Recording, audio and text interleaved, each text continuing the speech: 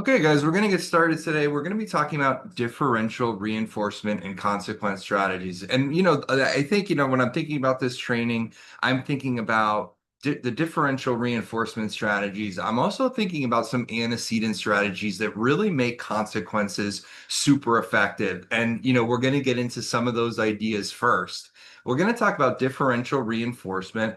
And those specific strategies are going to be the ones that belong in our consequence section of our behavior support plan. We're going to talk about several differential reinforcement strategies, and then we're going to talk about delivering effective reinforcement. And I prepared a table that would be very useful in your work and also very useful to put in your behavior support plan. So all of these strategies are conceptually systematic, which means they come from evidence-based procedures that have been shown effective in our work again and again.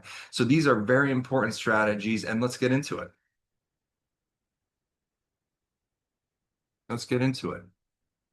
Okay, differential reinforcement. We're going to teach ways to promote learning by living a healthy life.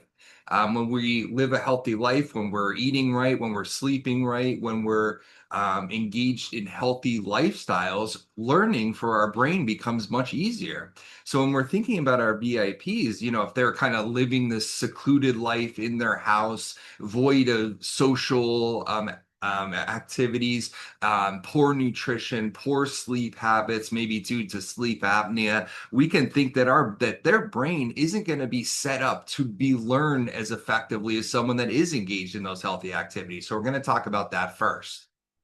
Then we're going to talk about the types of consequences that we could deliver for behaviors. And remember, when we talk about consequences, consequences are the environmental stimuli that occurs immediately during or after a behavior that causes that behavior to, and when we're thinking about reinforcement, to appear more often. We're going to talk about that. And we're going to talk about the types of differential reinforcement. So let's get right into it. And guys, if you have any questions, please don't hesitate to ask while we're going through this training. The first thing I'd like to review here is brain-derived neurotropic factor. And this is something that was taught to me by Dr. Chirpus, who's the clinical director of our overseeing branch, ODP. And what he taught me was it's a protein that plays a crucial role in the brain, particularly in neuronic survival, growth, and plasticity. So what this means is, as we're teaching new behaviors, those pathways, an electric current kind of fires through these pathways and actually strengthens pathways in our brain, causing us to use those pathways again and again. So when we have high BDNF, our brain makes these pathways much easier than it would if it didn't have this or it didn't have high levels. It's essential for learning, memory, and various brain functions and increase brain plasticity. When your brain cells get damaged or face stressful situation, BDNF protects them and helps them come back stronger. So, with our VIPs, making sure that we're implementing activities and things like that to be able to live a healthy lifestyle can only serve to increase their resilience to damage and stressful situations, and also be able to make these neural networks much more effectively and essentially making our job of teaching skill acquisition behaviors that much easier. So you might be thinking, okay, that sounds all great. How do we increase BDNF? How do we make sure that our VIPs have high BDNF so we can teach our skills and teach our VIPs as effectively as possible? Well, this is no surprise. And like I said at the beginning of the training, it's living a healthy lifestyle, exercise, enriched environments, access to sunlight, which we're kind of like lacking being like inside so much. Vitamin D may help here. Being social, hanging out with friends, attending our social club, for our VIPs outside program. Deep sleep. So thinking about our VIPs that might suffer from sleep apnea, important that they're wearing their mask, important we find alternatives if they're not, because we really want them to contact that deep sleep. Meditation or leisure activities, relaxing. A low carb diet is super important, and managing stress. Other ways, eating nutritious foods, drugs and supplements, like I mentioned, like vitamins and other kind of drugs. Consult your doctor, nutritionist. Turmeric, dark chocolate, and fatty fish are just some of the many examples to increase BDNF. So what I like to do when I'm working with the VIP is not implement all of these ideas. I don't go to them and I'm like, okay, this is we're going to be doing everything on this list, but I look to see kind of what areas they're lacking or like what areas that if I worked on or I implemented in their daily life, it would lead to a better quality of life, but also at the same time increasing BDNF. So, for instance, we might be called into a case where someone, is awaiting a day program. Maybe they're awaiting an opening in a day program and they've graduated school and now they're kind of in this limbo stage where they don't really have access to a lot of social activities. Well, we may think, okay, like we're going to find clubs for them. We're going to maybe attend our social club. And, I would think about their hobbies and interests, like bowling or a reading club or something like that could be good activities for just thinking about that social dimension. Or we might have a VIP that's kind of not engaged in exercise 3 times a week. It's kind of like the minimal effective dosage for exercise. So maybe we're like, hey, like we're going to build that in. We could get waiver funded subscription to the YMCA through working with the sports coordinators where they could go into the gym. We could start showing them kind of things at the gym to kind of increase that exercise. And these are just some of the many ideas that I could come up with for program goals in my behavior support plan. And also I'm going to be enriching their lives, enriching their experience while increasing BDNF. Does anyone have any questions about this or anything to add?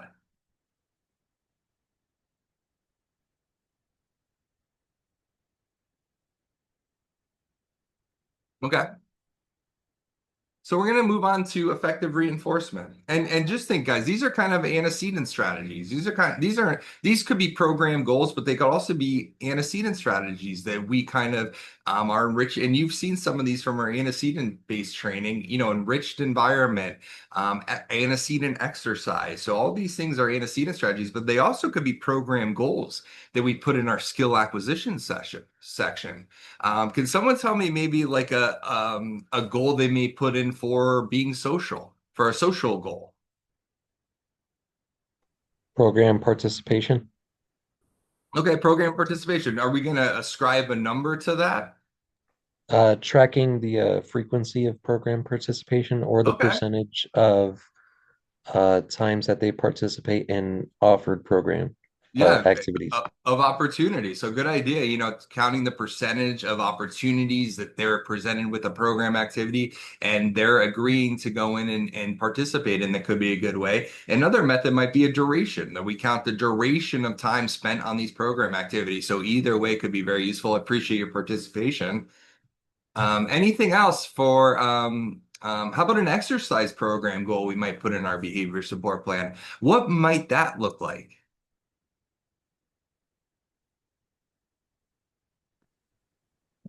Individual will exercise 3 days a week. Yeah, I love it. That's so as simple as you could get, and that's what we like here to keep things simple. Exercise 3 times a week, and we're gonna make sure our VIP could exercise 3 times a week, or when an exercise, when the VIP participates in an opportunity to exercise, that they actually do it, that they actually go out. So that could be a percentage as well recording we may use. So I appreciate your participation, guys, and you guys are spot on that these could be easy goals we put in the behavior support plan to really build up a great new hobby or great new interest in a VIP that's really helping their brains and helping them live a healthier life, contacting reinforcements. Thank you. So we're going to move on to effective reinforcement. And these are some ideas. And I have this table and I routinely share it. I feel like out of most material that I created for our work, this table is something I share quite frequently. And when we're thinking about effective reinforcement, when we're working with our VIPs, and just remember, reinforcement's the consequence that immediately happens during or after the behavior. And when we think about a consequence, consequences are great. They're the only thing that can maintain behaviors into the future. So even though antecedents might momentarily evoke behaviors, Many times we have these great antecedent ideas, talking with Ken and Sarah, we talk about all these great ways to evoke behaviors we'd like to see, and John or myself, or anyone. And what we see is a change in behavior when we put these antecedent strategies in place.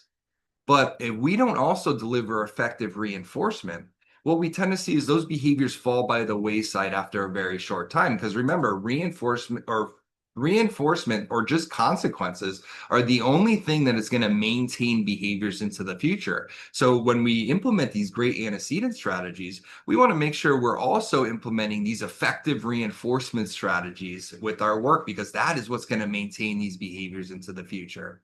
So we have an idea here of effective reinforcement being immediate. That if we have a delayed consequence or something that happens later in time, it's much less effective to maintain behavior. So we want to make sure we deliver reinforcement during or immediately after the behavior. Immediately.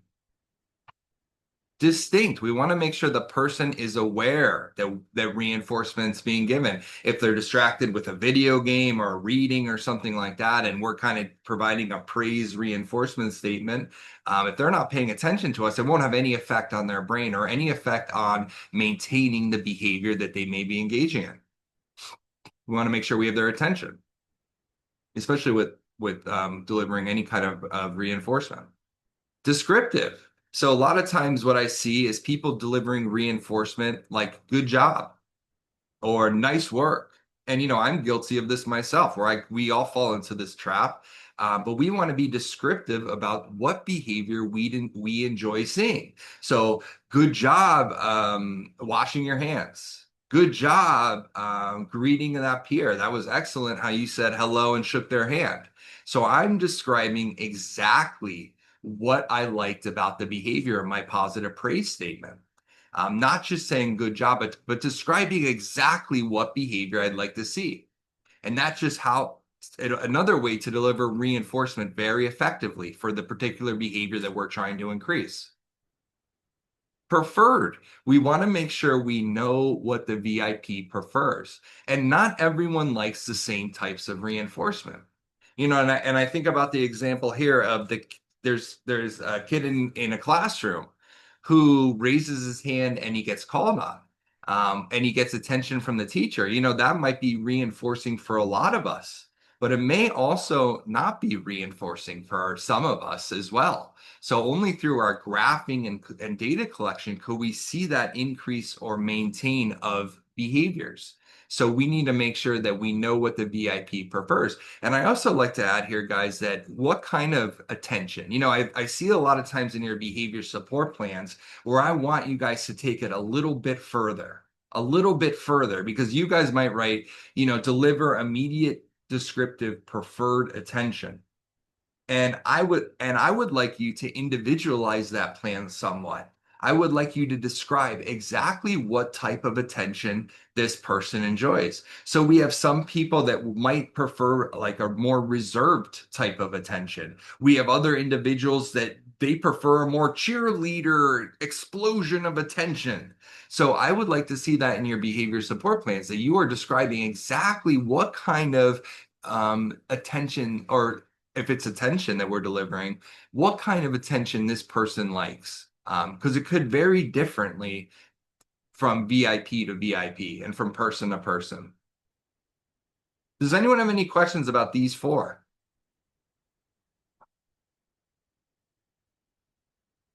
Varied. So people don't like to receive the same reinforcement over and over. And think about us when we go to a buffet. And this is a great way to think about this varied. So when we, and it, a lot of these effective reinforcement strategies are built into us to ensure our survival. And think about us at the buffet. And as we go in, we're very hungry at the time. The EO's in place. We're very hungry. The consequence of being satiated with food is very high. What happens when we start contacting that food reinforcement over and over and over again? What happens to our behavior? We become less motivated by the food. Yeah, so what happens to our behavior? We stop going to get more food. Yeah, it's like this high rates of eating starts to slow down and slow down and slow down to the point where we totally stop eating altogether and we're pushing that food away from us. I had too much. I ate too much food. So think about that too for our positive praise statements. It operates in the same fashion that if we're always saying, good job, good job, good job, that it maybe starts off very effective reinforcement, but as we're working with this VIP, it starts to drop off to the point where it's an aversive, just like that food example. And think about how that ensured our survival because it couldn't just be reinforcement alone. Because if it was reinforcement alone, we would continue to eat and eat and eat until we were sick, until we develop health problems and things like that. So as we're working, make sure we're delivering a varied type of reinforcement or and especially, when we're delivering those attention components, that we're delivering different types of attention throughout the day. And Ken Smith taught me this idea, which I thought was very smart. And what he did is him and a fellow clinician that he was working alongside with, they had a little game they played. And they would each score a point for each different way that they would deliver attention. So, and if they said the same thing as what they said prior, then they wouldn't get a point. And whoever got the most points had to buy the other person coffee or something like that.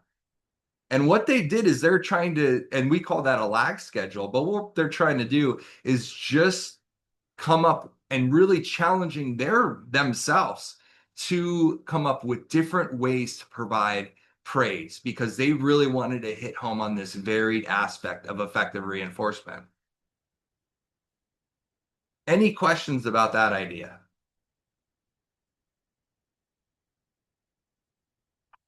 And then finally, certain. And especially when we're teaching a new behavior, we want to make sure we deliver that reinforcement for every occurrence of that behavior. Reinforcement that's not certain isn't something that's going to maintain behaviors. And I always like to give, and you guys, and the long-term staff on our team heard me tell this story probably a million times, but for the newbies, I always like to tell it because it hits home. And as I get older, fewer and fewer people could relate to the story, unfortunately. But in the 90s, no one wore their seatbelt in the vehicle. Not many people did, right? Not like today. And what happened was all these consequences for not wearing your seatbelt were very uncertain. Maybe I would get pulled over. Maybe I wouldn't. Maybe I'd get a ticket for not wearing my seatbelt. Maybe I wouldn't. Maybe I'd get into an accident and I may get injured for not wearing my seatbelt. Maybe I wouldn't. So you see how these consequences that aren't delivered for this behavior are very ineffective to maintain behaviors. So the car companies grew wise to this, and they wanted to, of course, save our lives and save people from getting injured and things like that. And they implemented a behavioral strategy using some ideas from this effective reinforcement. And what did they implement?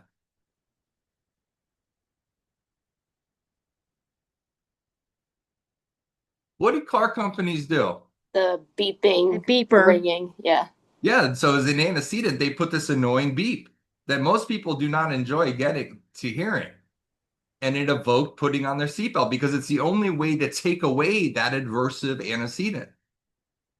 And what kind of reinforcement am I describing here, guys? Negative. Thank you. Negative reinforcement, right? And think about how effective that is to maintain our behaviors. Right? Think about how effective using this immediate, certain strategy that it was very effective. Now, when I get into my car, I put my seatbelt on really without even thinking about it and without even contacting that intervention anymore.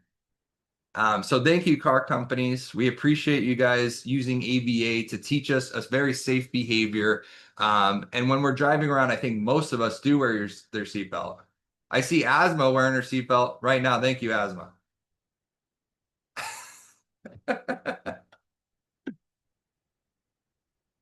So guys, and I have a table I'll send out as well that describes all these a bit better for you. And when you're working on your consequence sections and when you're working with the VIPs, think about these ideas and think about how you implementing these ideas and teaching other staff these ideas are great ways to teach someone a new behavior.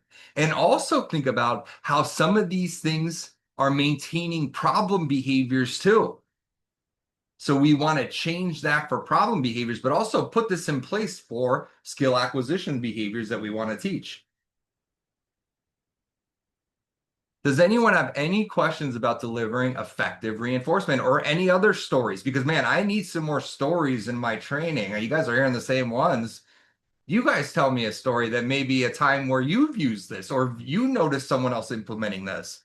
Anything?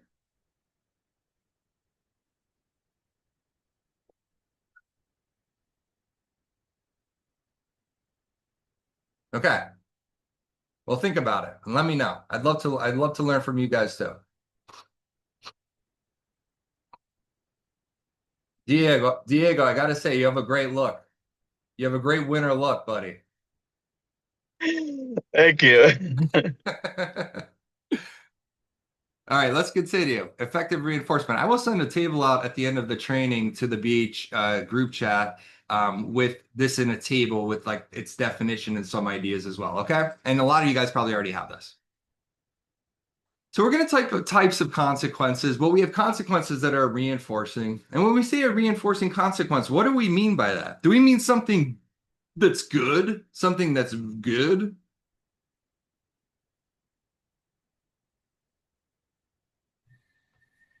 Not like necessarily, but in most cases, reinforcement is a positive thing for the individual.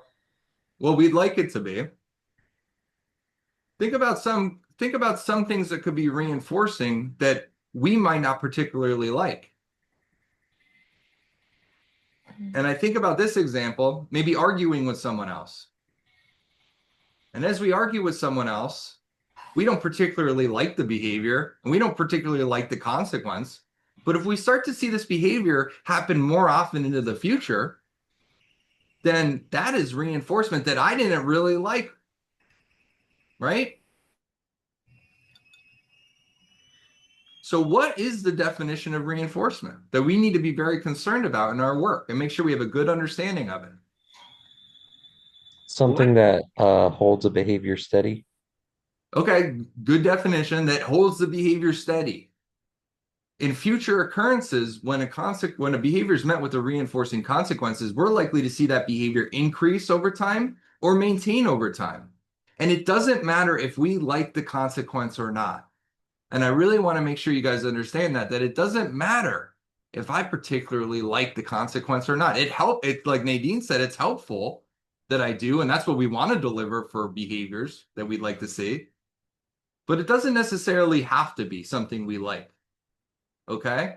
The only way to know if a consequence is reinforcing is recording it on the data collection form and putting it on a graph and seeing the increase or maintain of the behavior. And if it does, we know that consequence is reinforcing, whether we like it or not. And I want you guys to think about that reinforcement and punishment, they're automatic parts of our brain. And Yorkina and I talked about this in depth last supervision. We had a great supervision, Yorkina, I gotta say. And we talked a lot about this idea that we don't have to like these consequences for them to be reinforcing. It's just an automatic part of our brain. It's just an automatic process of our brain. So take the conscious mind out of this because that's not what this is about. We have extinction. So when a behavior is led to no reinforcement, we're likely to see that extinction effect and behaviors will become reduced. And behaviors can also lead to punishment. And a lot of times people think like going to like a punishment is something bad that our parents did to us growing up. But no, that's not what we mean here. And what we mean by this is that it's just a stimuli that happens immediately during or after the behavior that causes that behavior to be reduced over time. And I like to give this simple example to really hit home. A kid engages in being mean to their sibling. and is sent to their room. Well, that's a punishment, right? That is a punishment, Mike. What are you talking about? They're sent to their room. But they have very highly preferred items and activities in their room. They have a lot of fun gadgets in their room they can engage with. And what you may see with this case is this behavior starts to increase over time. So our once idea of being sent to the room being a punishment may actually be a reinforcement. And we may not even consider that without graphing this data and seeing the effects of these consequences on a graph. And that is why we need to graph our data, because we need to show what's actually happening and not make guesses or assumptions, but use our scientific approach to treat behaviors to show what's really happening by collecting data. Does anyone have any questions about what we just talked about? I'm sure you guys are thinking now.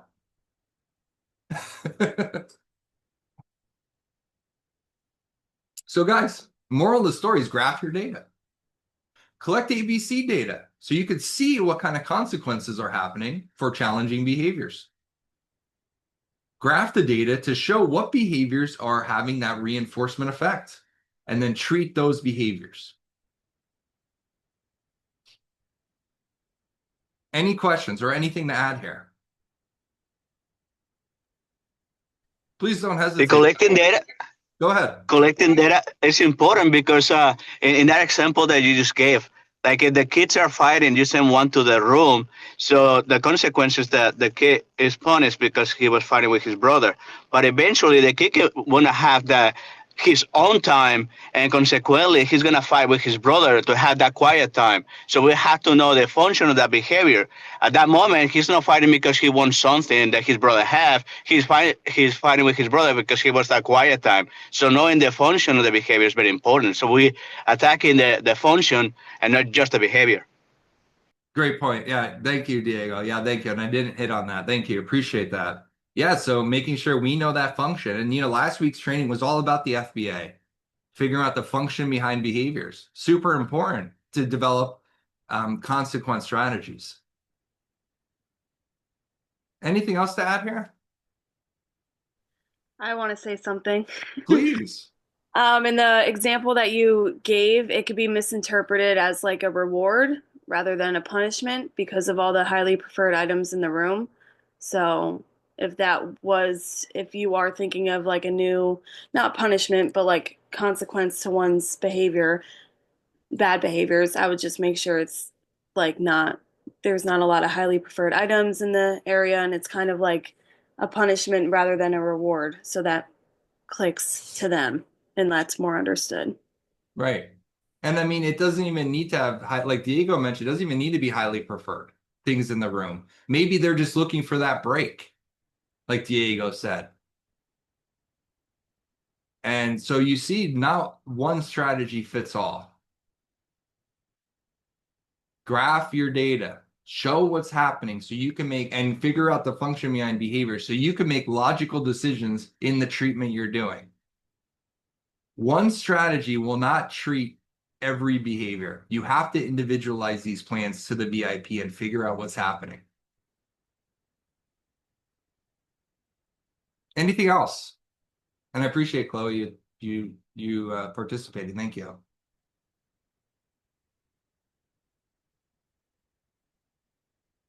Okay.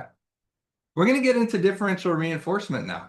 And these are some of the strategies that were developed in ABA to help teach behaviors and reduce problem behaviors. Their consequence strategy, like we've been talking about. So these are the consequence sections, behavior or stimuli that are occurring during or immediately after the behavior. They're going to reinforce, and ideally what we want to set up is reinforcing appropriate replacement behaviors while minimizing reinforcement for a challenging behavior. And we're going to talk about that. And we're going to also think about the matching law. That's really important consideration when we're thinking about consequence strategies. So the types of differential reinforcement. The first one's differential reinforcement of other behaviors.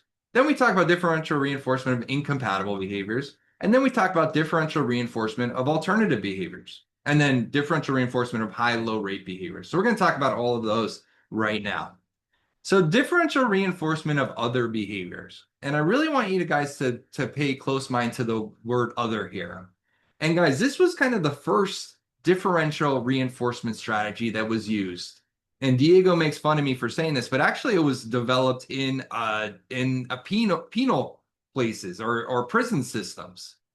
And it was developed in order to help teach people to not have challenging behaviors. So we're going to reinforce for the absence of problem behaviors for a specific time. So we might say, hey, if you don't hit Billy, we're going at every 30 minutes, we're going to give you a sticker that you really like. We're going to reset the time interval if problem behavior occurs. And we want to make sure if we choose to use this strategy that we're also implementing the other differential reinforcement procedures and not just this one. We don't want to use this one alone by itself. And after reviewing some of these bullet points, what can you think, and all of the things we talked about reinforcement, what do you think the problem is with this strategy?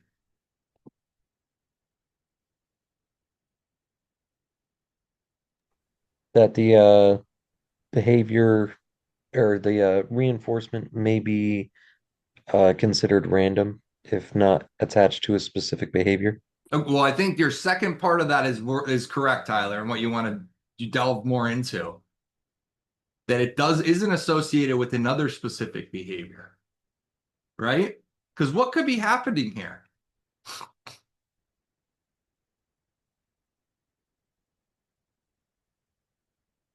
Well, we have go ahead. Grace, you want to go? I saw you're unmuted. Yeah, I was going to say that they would just engage in other behaviors to get the same consequence. Perhaps they might do that. Mhm. What might be happening at the end of the interval? Another challenging. Oh, okay. Another challenging behavior. Yeah, right. So it's like, hey, at the end of the interval, we have pinching maybe as a target behavior. We're going to use differential reinforcement. This person doesn't engage in pinching for 30 minutes. We're going to provide reinforcement to. But at the end of the 30 minutes, they could be engaged in another challenging behavior that we're inadvertently reinforcing. So that's one problem with this strategy, that we're reinforcing other behaviors that may not be good either. The other problem with this strategy that Tyler hit upon was that we're not choosing an alternative behavior that leads to the same function for the challenging behavior. So are we really helping this person meet their needs? And when I think of a challenging behavior, and Andy and I have talked about this years and years now, this person's not engaged in a challenging behavior because they're mean or nasty or they're bad in some way, but they're engaging in this challenging behavior because that is a way they're meeting a need. That is a way they're meeting their needs. So it's our job to teach them a new way to meet their needs. So use differential reinforcement for challenging of other behaviors for challenging behaviors, but make sure we're using these other strategies as well. Any other questions about other behaviors? And the short term for this is the DRO. So you might hear that as well, the DRO. Any questions here? We want to use it, but we want to make sure we use the other strategies we're going to review with it. Okay. The next one we're going to talk about is differential reinforcement of incompatible behaviors. And I know it's called incompatible, but I like to think about it. I like to think about the word impossible. We're going to reinforce a desired behavior that makes the challenging behavior impossible to occur. Select a desired behavior that's in the VIP's skill repertoire. And you'll see that, guys, as we're teaching alternative behaviors, we want to make sure that the VIP is able to do the alternative behavior, that it's as less effortful as possible than the challenging behavior. People don't want to engage in behaviors they're not good at. People want to engage in behaviors they're good at. So as I learn the VIP, I'm going to find out what they're good at. And that's how I'm going to start to think about teaching an alternative behavior. So in this example, We have picking skin as a challenging behavior that we're tasked to work on. Well, we may think of an impossible or incompatible behavior to reinforce that makes the challenging behavior impossible. And in this case, I came up with using a fidget spinner. We reinforce them using a fidget spinner that makes picking behavior impossible to do. What is another idea here for this challenging behavior we might think about?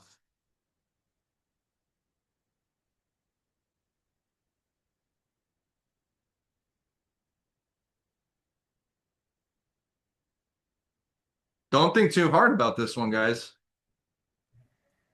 Make like skin picking an adversive thing for them, such as like every time you see them skin picking, they have to go wash their hands immediately afterwards. Okay, but again, is that I mean that could be a strategy we do, but is that an incompatible behavior? And What I do you would mean? say basically you could do like anything that's tactile that just shifts the attention from that to just occupying your hands. Like that's limitless. Yeah, yeah, Games, exactly right. It's limitless. Like there's so many examples here. What might be an example? Another example. playing video games, Yeah, good idea. Playing video games, occupying that hand with the controller. How about something that you carry with you many times and they're part of your pants? Hands in their pockets. Hands in your pockets, pockets, guys, right? I mean, wow. Hey, put your hands in your pockets. You may have heard strategies that people use here, like nice hands. Well, that's an incompatible behavior.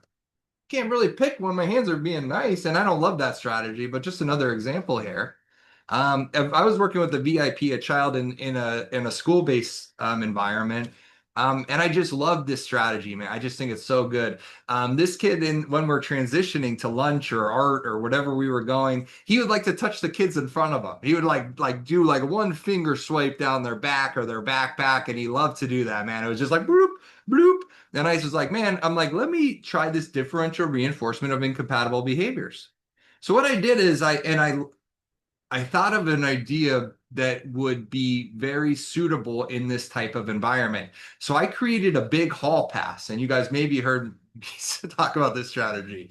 A big hall pass that this kid I asked to hold with two hands. And in the hallway, we have to use the hall pass. And before we transition, I would say, okay, get your hall pass. He'd pull out the hall pass. And then as he's transitioning, he's carrying that hall pass. Well, guess what happened to that challenging behavior? It went away. It went away. It was impossible for them to do it, right? It was incompatible. So I want you to think about this as just another strategy in your toolbox to help your VIPs with some challenging behaviors. And this automatically reinforced behavior, which I perceived it to be, are very difficult to work on. Incompatible strategies might be your answer, guys, to help your VIPs with these types of behaviors and other behaviors. Skin picking, those kind of things, very challenging to work with. Incompatible behaviors could be a good answer for this problem behavior. Anything else to add about incompatible behaviors? And we call this the DRI. Could it be something too like the VIP have like lotion and like he's always applying lotion to his hand because maybe they too dry and that's why he's peeking on it. Can you something like that too? Yeah, occupy their hands, right? A lot of these strategies, like Mark said, is like occupying the hands, right? A lot of these challenging behaviors happen with hands. DRI. Any other questions or anything else to add? And the idea is you put these interventions in place and continue to collect data and you compare it to the baseline. If you start to see a reduction, you're on the right track. If you're not, time to reevaluate. DRI. Okay, this is strategy, differential reinforcement of high, low rate behaviors. And this strategy, we're going to just breeze, we're just going to move past it very quickly. We're going to decrease or increase the overall frequency of behaviors by reinforcing either higher or lower rates, because not all behaviors are bad. And you know, but sometimes behaviors occur in behavioral excess. So we want to make sure they occur at normal, regular levels. For instance, like a child asking to go to the bathroom in school. Right? We see this escape maintain behavior perhaps a lot in a school system where they're asking, and maybe at the program too. I mean, I heard it actually recently with the VIP, where we're going to reinforce the appropriate amount of time someone should be using the bathroom and withhold reinforcement for times they're using it in excess. And also for low rate behaviors. They're not answering questions in the classroom. Well, we're going to slowly reinforce higher and higher rates as we move forward. And we could talk about this one in supervision more, but I really want to move on to the next strategy before we run out of time. So differential reinforcement of alternative behaviors, the DRA, this is our golden goose strategy, guys. This is the strategy you want to think about for challenging behaviors, because this one is going to be help the VIP meet their needs, because we're going to be thinking about providing a consequence for this behavior that resembles the consequence for the challenging behavior.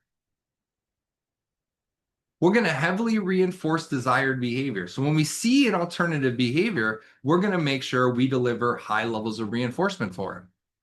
We're going to minimize reinforcement for challenging behaviors. Behavior must, and I want you guys to think about this alternative. Behavior must lead to the same function result as the challenging behavior. Because essentially, like I said before, this challenging behavior could be resulting in access to a drink, accessing to food, accessing to activities, access to a break. So we want to teach them an alternative that would lead to the same function or the same consequence as the challenging behavior. So important we do a thorough FBA. And behavior must be less effortful than the challenging behavior. And we need to consider the VIP's skill repertoire, because we want to make sure that this challenging behavior is less effortful than this replacement behavior, this alternative behavior is less effortful than the challenging behavior. If it's more effortful, the person's just going to use the challenging behavior. They're not going to use the more effortful behavior. So the idea behind this, guys, is I set up a plan to teach someone an alternative behavior that's easier for them to do, but leads to a greater form of reinforcement. And the idea I want you to think about is the matching law. And I love when that happens on my slides, you know? And the matching law dictates to us that behaviors will go where the maximum reinforcement is. I'm going to choose behaviors that lead to maximum bang for my buck. And I don't do this even consciously most of the time. It's very unconscious, where I'm going to engage in behaviors that lead to the most reinforcement. So when I think about a challenging behavior, and I also think about a replacement behavior, and I see what's maintaining a challenging behavior, and I see what I could teach someone as an alternative behavior, and what might be an alternative behavior that we routinely use in our interventions to help someone.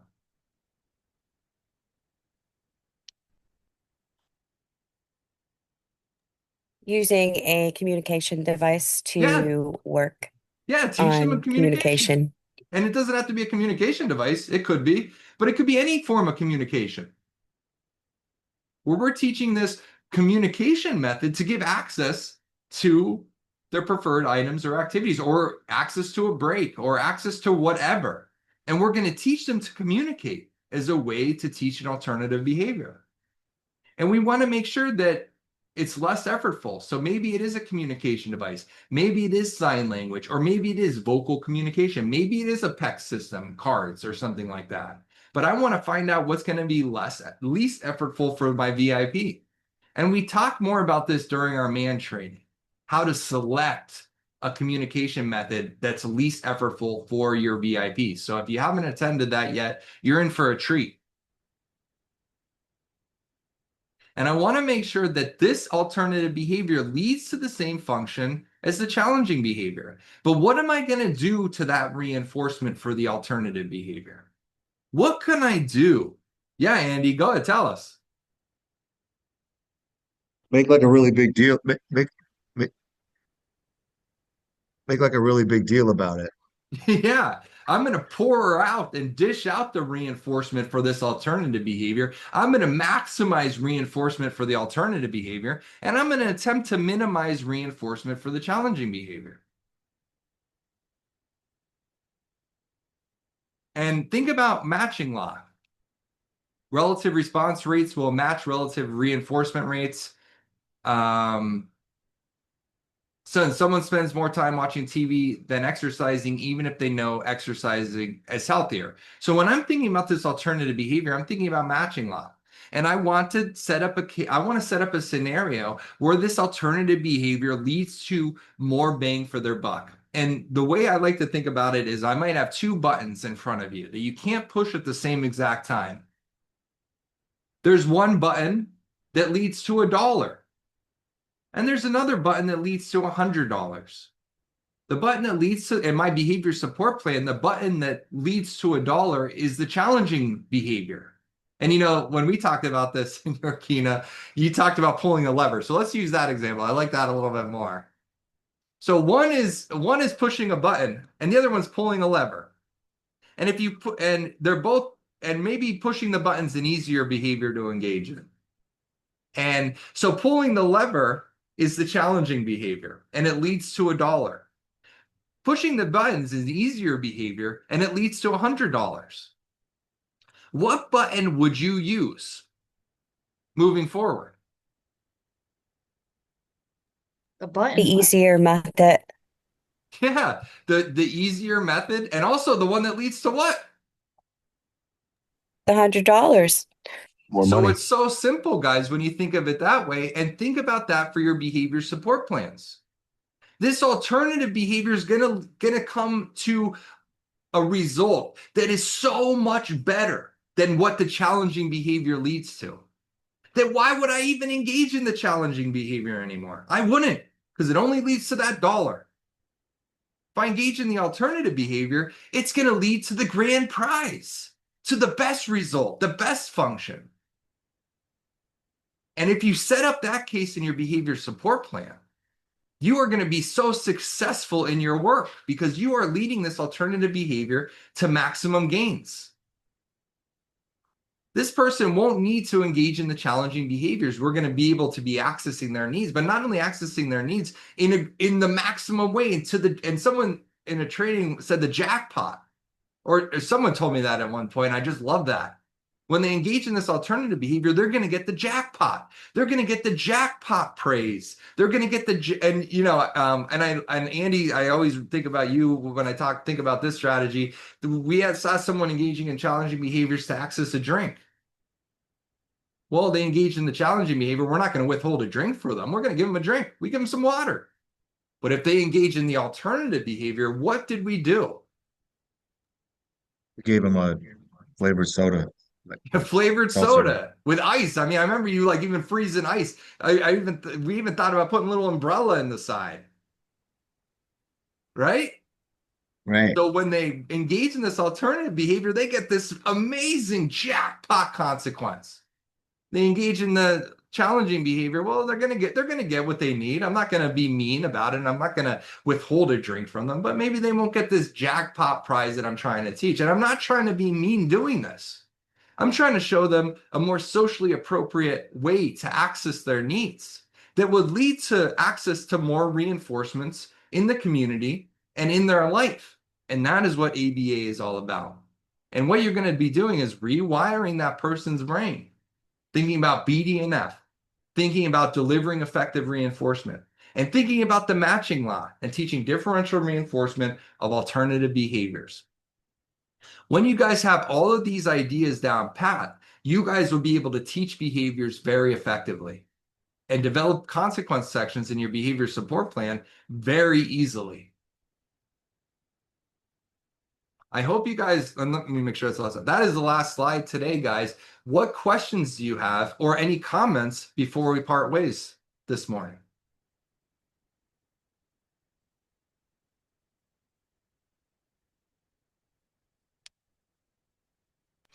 No questions. Thanks, Mike.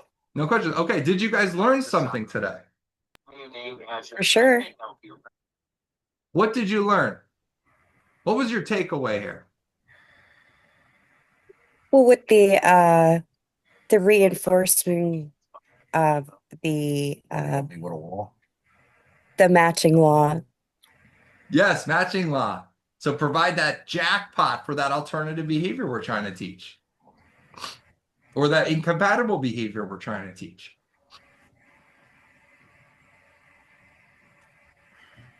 I learned about the different forms of differential reinforcement. I didn't know that there was three different subsections. That was new to me. Oh, cool. Well, I hope it's useful in your work, Mike. Thank you. Anyone else? One more? I learned to make sure you are descriptive as possible on your behavior support plans so that all treatment team members have a clear understanding of how the intervention should be delivered.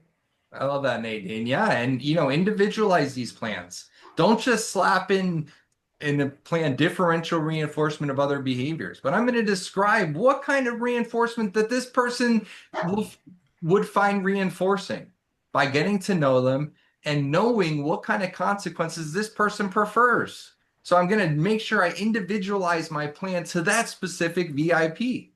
And then, like Nadine said, I'm going to write it in my plan that anyone I pull in from off the street is able to follow my behavior support plan, which is a technological dimension of ABA. So thank you for that, Nadine. Anything else to add? I learned about BDNF. Cool. Yeah. BDNF, super impactful in brain development and neuroplasticity. So yeah, super important. Living that healthy lifestyle. And think about it, guys. When we live healthy, when we engage in healthy activities, do we feel good? We feel great. And I'm doing this dry January right now. Honestly. Ooh. And how do you feel 20 days in? I mean, look at me. 8 a.m, spitting off ABA, feeling great.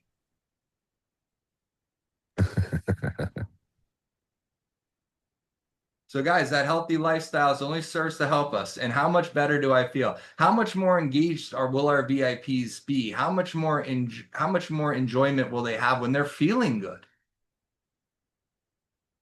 It only makes sense, right? And we know this for ourselves too. It's no mystery. Guys, I appreciate your participation today. I'm so happy you guys learned something. And thanks for all your hard work out there. If I could do anything, do not hesitate to reach out to me on Teams. If we need to meet in person, we will. And we attend monthly supervision groups as well. We could always talk about any of these ideas then. Thank you very much. Have a great day.